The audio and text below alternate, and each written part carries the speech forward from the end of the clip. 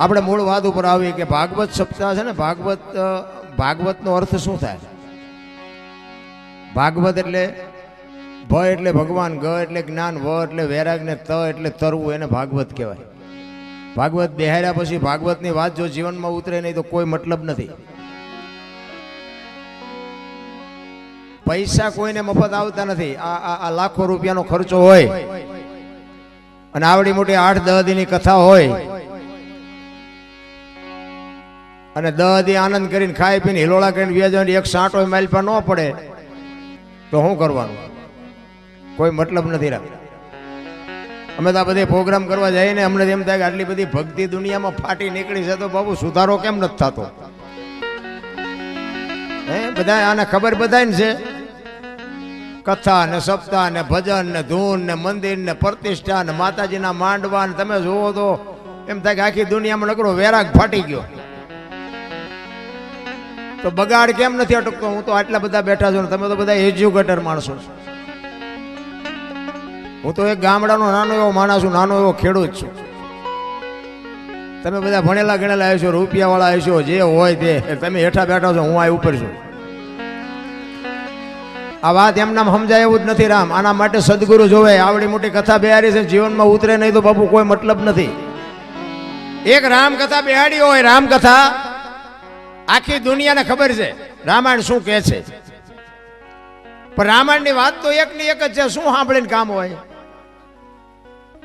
અયોધ્યા નગરી ને દશરથ રાજા ને 4 દીકરા ને વનમાં ગયા, રામ ને સીતાજી ને રાવણ લઈ ગયો, રામ હનુમાન ન્યાય ગયા ને રામે રાવણ ને માર્યો ને અવતાર્યા પાછા. વાત તો આવડી આજ છે કે બીજું કઈ? તો શું સાંભળ કરવાનું? બીજું કઈ કામ જ નથી. આ સાંભળવાનો મતલબ શું? આખી દુનિયા એક મોરારી બાપુ જેવા આપણા કથાકાર હોય તોય ભલે, અને એક નાનો એવો કથાકાર હોય તોય ભલે, વાત તો આવડી આ જ હોય, બીજું શું હોય? અને આ કથાઓ સાંભળવાથી આપણો ફાયદો શું? આપણને મતલબ શું? આપણા સદગુરુ મહારાજને આપણે પૂછવું તો જોવે ને કે આ બધું કરે છે, દુનિયા કરે છે, એ વાત ખોટી છે એવી આપણી વાત નથી, પણ આ કરવાનો મતલબ શું છે એ તો આપણે કંઈક પૂછવું જોવે ને. પણ રામકથા તમે બેહાડી હોય, લાખો રૂપિયાનો ખર્ચો કર્યો હોય અને વક્તા કથા કહેતો વાત કરતો હોય કે રામ અને ભરતનો પ્રસંગ આવે અને એ પ્રસંગ સાંભળ્યા પછી નાનો ભાઈ ને મોટા ભાઈનો વિખવાદ હોય અને નાનો ભાઈ ઘરે આવીને મોટા ભાઈને જો બથ ભરી લે, સમજી લેજો કથા બેહાડી. મોટા ભાઈ, અત્યાર સુધી હું તમને ન સમજી શક્યો, પણ આ રામકથા સાંભળ્યા પછી મને ખબર પડી કે ભાઈ ભાઈનો કેવો પ્રેમ હોય. મારી ભૂલ થઈ હોય તો માફ કરજો, તો સમજી લેજો કે આ કથા આપણે બેહારી. હાઉ વહુના વિખવાદ ન મટે, દેરાણી જેઠાણીના વિખવાદ ન મટે, બાપ દીકરાના વિખવાદ ન મટે, તો આ કથામાં ફાયદો કોને? આ મંડપ વાળાને, સાઉન્ડ વાળાને, કલાકારને. તમારે શું ખિસ્સા ખાલી થાય? હું તો ના પાડું છું, જો જીવનમાં ઉતરે નહીં તો આ ખોટા રૂપિયા ન બગાડો. આ મારા જેવું કોઈ ને કે અમને 2-2 લાખ આપે, બોલો. મને એમ થાય કે આમનો દી નથી ઉઠ્યો. 2 લાખ રૂપિયા એમનામ આવે? કોઈ નહીં મારા જેવું ચોખ્ખું નહીં કે નકર આવી રૂપિયાની આવક હોય ને કોઈ આવું ઉઘાડું બોલે. બીજી વાર એમ કે ને કે આને ન બોલાવાય. પણ હું તો સત્ય કહું છું બાપુ, 10ની નોટ છોકરાને ન આપી શકતા હોય, અમને તમે 2-2 લાખ રૂપિયા આપો અને જીવનમાં તમને ન ઉતરે તો બાપુ દુનિયાનું કાંઈ વળે નહીં. કહેવાનો મારો અર્થ એ છે કે એક સપનું માણસનું સાકાર કરવા માટે આવડી મોટી જો ઝંખના હોય કે આપણે ભાગવત સપ્તાહ કરવી છે, ખરેખર ધન્યવાદને પાત્ર છો. એમાંય આટલી બધી સંખ્યામાં જ્યારે મને, જોકે આ ગામમાં મારે કોઈ પરિચય નથી, પણ રણમલપુરવાળા ત્રિશાલભાઈ મને રાત્રે ફોન કર્યો કાલે.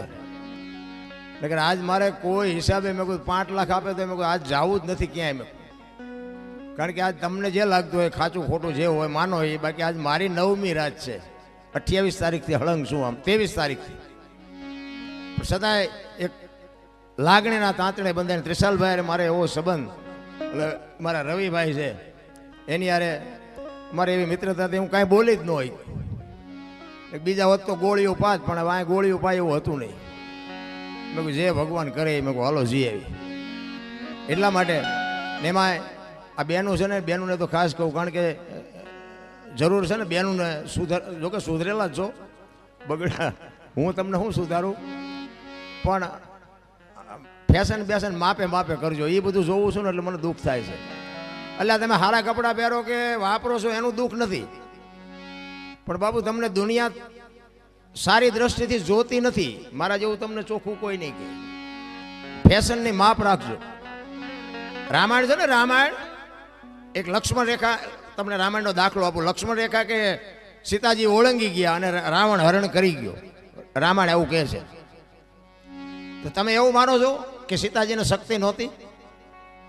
રાવણની એવી તાકાત હતી કે સીતાજીને લઈ જઈ શકે?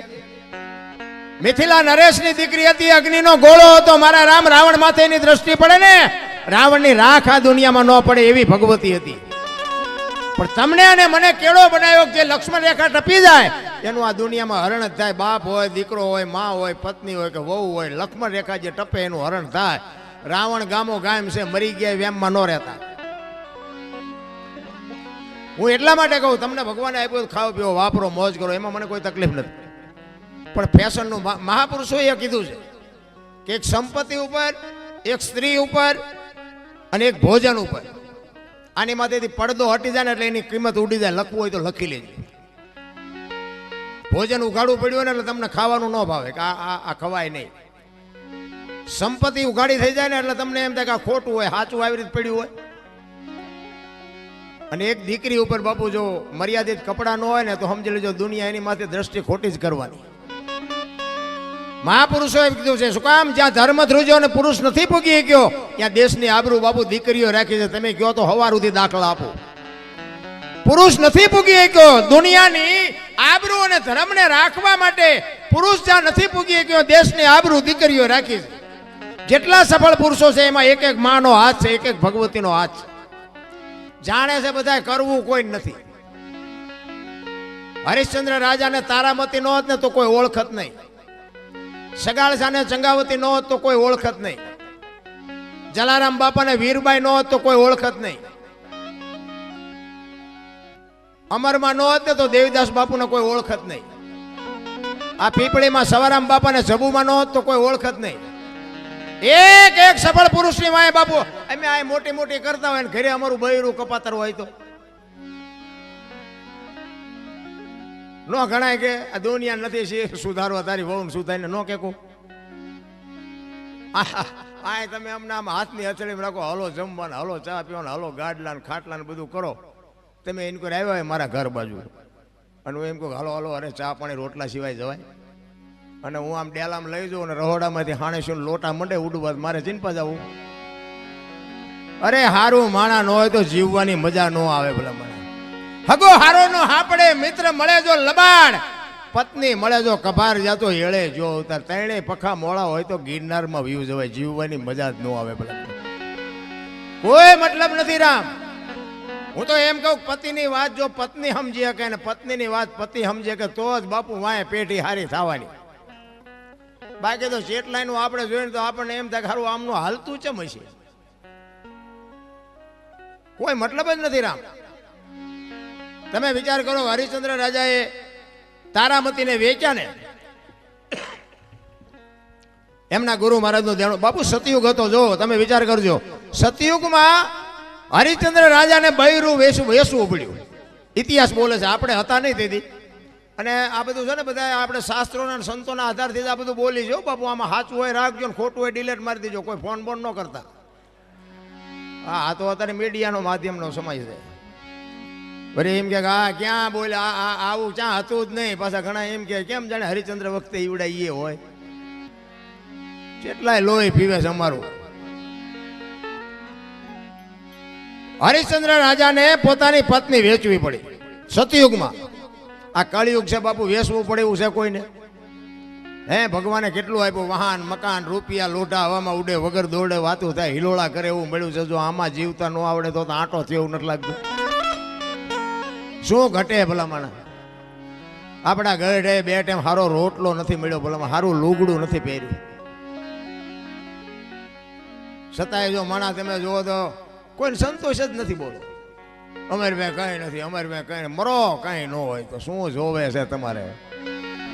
અરે શેઠો જ નથી ભલામણા. થીગડા ઉપર થીગડા દઈ દઈને આપણા ગઈઠા મરી ગયા. આપણે એક આંગળી જાય એટલું વાંકું હોય ને તોય આપણી માં એમ કે લાય બેટા ટાંકા લઈ દઉં. અને અત્યારે ફાટલા પહેરવાનું ચાલુ છે. ઓલા જીન્સમાં માથા વ્યા જાય એવા ફાંકા હોય તોય પહેરે હારા. એટલે આવા તો અમે પહેરતા જ હતા. ખબર નહોતી કે આવું આવશે ને કે અમે હાઈસમાં રાખ્યો હોત તો અત્યારે અમે તારી હારે પહેરત. અરે જોવો તો ખરા, આપણે એવું ટાણું આવ્યું હતા ફાટલા પહેરવાનું ચાલુ કર્યું. બોલો, એટલે આ ફાટલા નહોતા એટલે પહેરતા હતા. નથી એવું ઊંધું નથી આવેલું. 2 કિલો ચોખ્ખું ઘી લઈને આમ બજારમાં રાડ્યું પાડજો. ચોખ્ખું ઘી છે, વેચવું છે, ચોખ્ખું ઘી છે, ખપશે નહીં. ઓલા દારૂ બાવળિયામાં વેસે તો પીપળા ખપી જાય છે. જોવો તો ખરા ઊંધું હાલ્યું. વિચારવા જેવું છે. મારો કહેવાનો મિનિંગ બાપુ જીવન સમય સરસ મળ્યો છે, પણ ભગવાન તમને બાવડું ચાલી નથી બોલાવવાનો. બાપુ જો જીવતા આવડે તો મને એમ થાય કે ભલે હું મારી વાત કરું. હું તો એક ખટારાનો ડ્રાઈવર હતો. બોલો, ખટારાના ડ્રાઈવર તો 19મી કોમ ન કહેવાય. એને કોઈ પાણી પાય. એના બદલે અહીંયા અમે બેઠા છીએ, તમે હેઠે બેઠા છો. આ કયો શેડો ઈડ્યો છે તમને નક્કી થાય છે?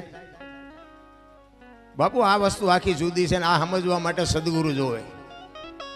મા બાપ છે ને, આપણા માતા પિતા છે ને, એ સદગુરુ છે 100%.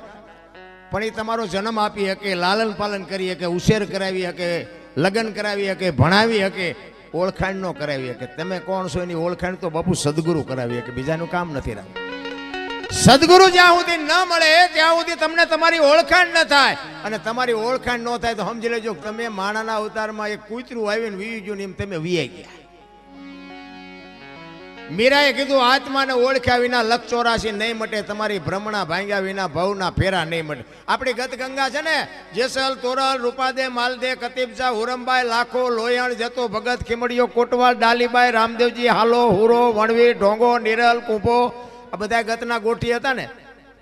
એમાં સ્ત્રી હતી, પુરુષ હતા, અમીર હતા, ગરીબ હતા, તમામે તમામ સમાજના હતા.